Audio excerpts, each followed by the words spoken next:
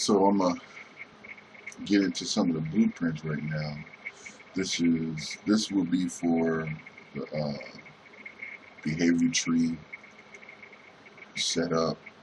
Pop up another screen and drag that over. Simple spawn asset. Oh, right. So we'll get into the behavior tree, and this is the setup. I have a click on that. Kind of a simple setup. Follow the tutorial online. Guy explains some stuff. And pretty cool. So event tick, once it's called, you get a line of sight to the player.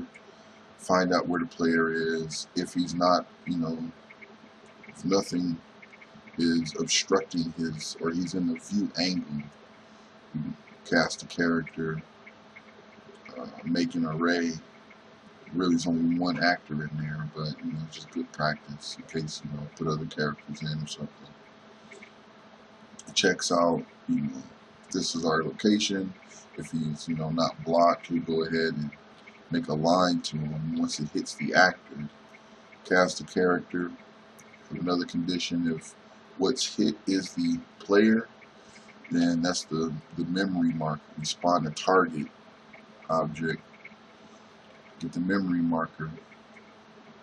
If there's already a memory marker, we just set a new location for it, and then we call that memory marker. And that's what the AI go to.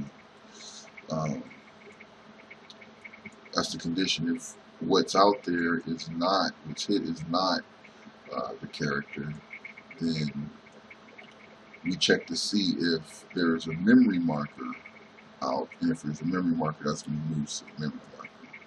So that's the basic vision setup, detection, and it's very simple, pretty good tutorial, and that's that. And it goes to 3 different states. This is roaming. We see nothing, no character. It just sets a walk speed, moves to a random point. Once they've located the character, we change the walk speed to run and move to the actor. And then I have it to where he's playing the animation. I haven't tried to play with some stuff and I couldn't get him to actually attack. Probably calls for more logic than what I know right now. After he plays the battle cry, then we go down and, plays the first animation with, rotate the character to stay facing this character. Then it goes to the next sequence, plays the other animation, rotate the character, plays last. And if the character is moved out of his vision, he'll move to whatever memory marker he has last, wait, and then look for player. Then it goes back to roaming. Very simple setup. That's the behavior tree stuff. So the stuff that I did, a little more complex, and I might be able to replicate this in behavior tree, but from what I've seen, everybody pretty much does their own. So I made a custom event where he searches. I set moving to sense and sensed. This plays a part in whether or not, because I have 3 different detections set up. So that that's the other thing. The behavior tree setup didn't rotate to the head bone. It didn't know how to set that up. But the one I did for this one, when his head turns around, he's actually looking in those areas. So that's what this is. Some of the detection sees through walls, and I didn't want to be able to see through the wall. So I set up multiple detection systems, and all of them have to agree in order for you to actually be seen. So set the walk speed and move to, get random point in the nav mesh, and I'll show you the nav mesh in a second. And so you move to that point. Once you get to that point, you ask, have you sensed Qingwei and have you located? If you have, then engage. If you haven't, keep searching. So this is the sensed setup. And it's the same setup as in the behavior tree. I shoot out a line to wherever she is, and the line traced by channel is actually blocked by geometry, static mesh in the scene. So once I get the line trace done, if it hits an actor, we say, yeah, we've sensed Chinwe. But it takes more than just the sense, because the sense happens regardless of where her head is looking. And that was the problem I had with the behavior tree setup. The way I set it up. I mean, there's multiple ways to set it up, just the way I found didn't work. So I use this, the line trace, to sense Chinwe. So Chinwe could actually be out, the player character could actually be outside of your visible area where the eyes are actually looking, but you could still be sensed.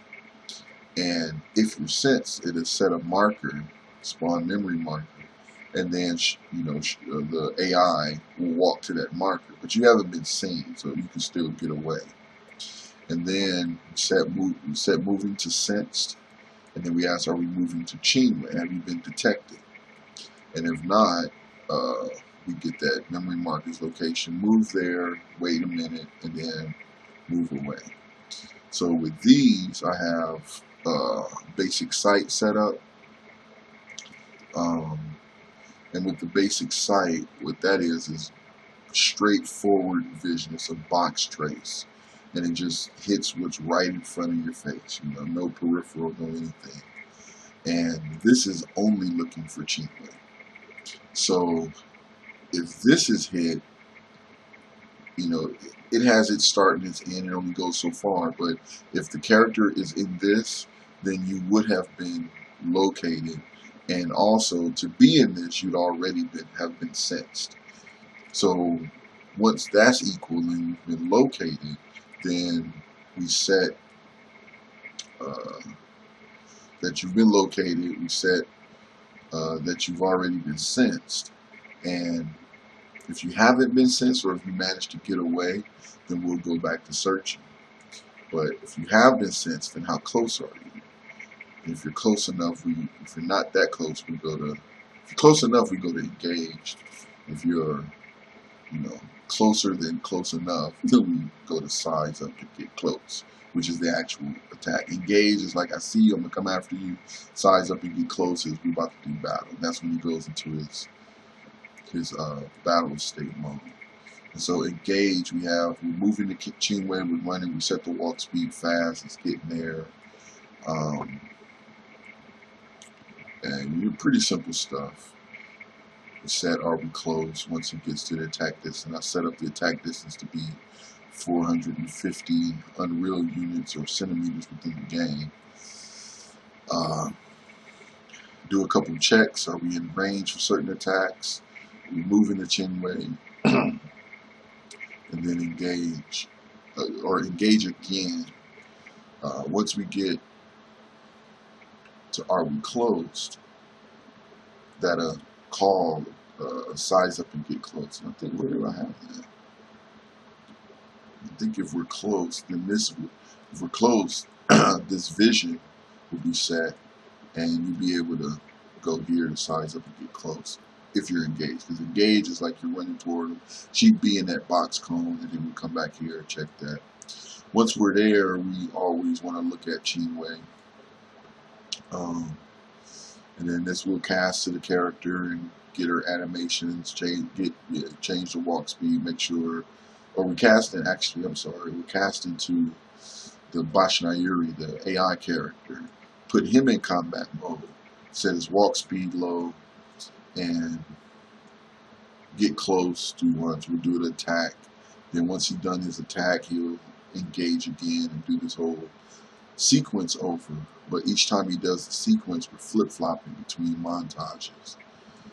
So I just have it set to close range right now, but we'll go and do the 2-hit heavy first, and then the next time we come through here, it'll go through 3-hit fast. And each time we set is fighting to true. And once we complete it, we set is fighting to false. And that's basic, blueprint set up to get him moving. Um, next video I do, I'll go through Chingwei's setup and how I got her operating the way she does.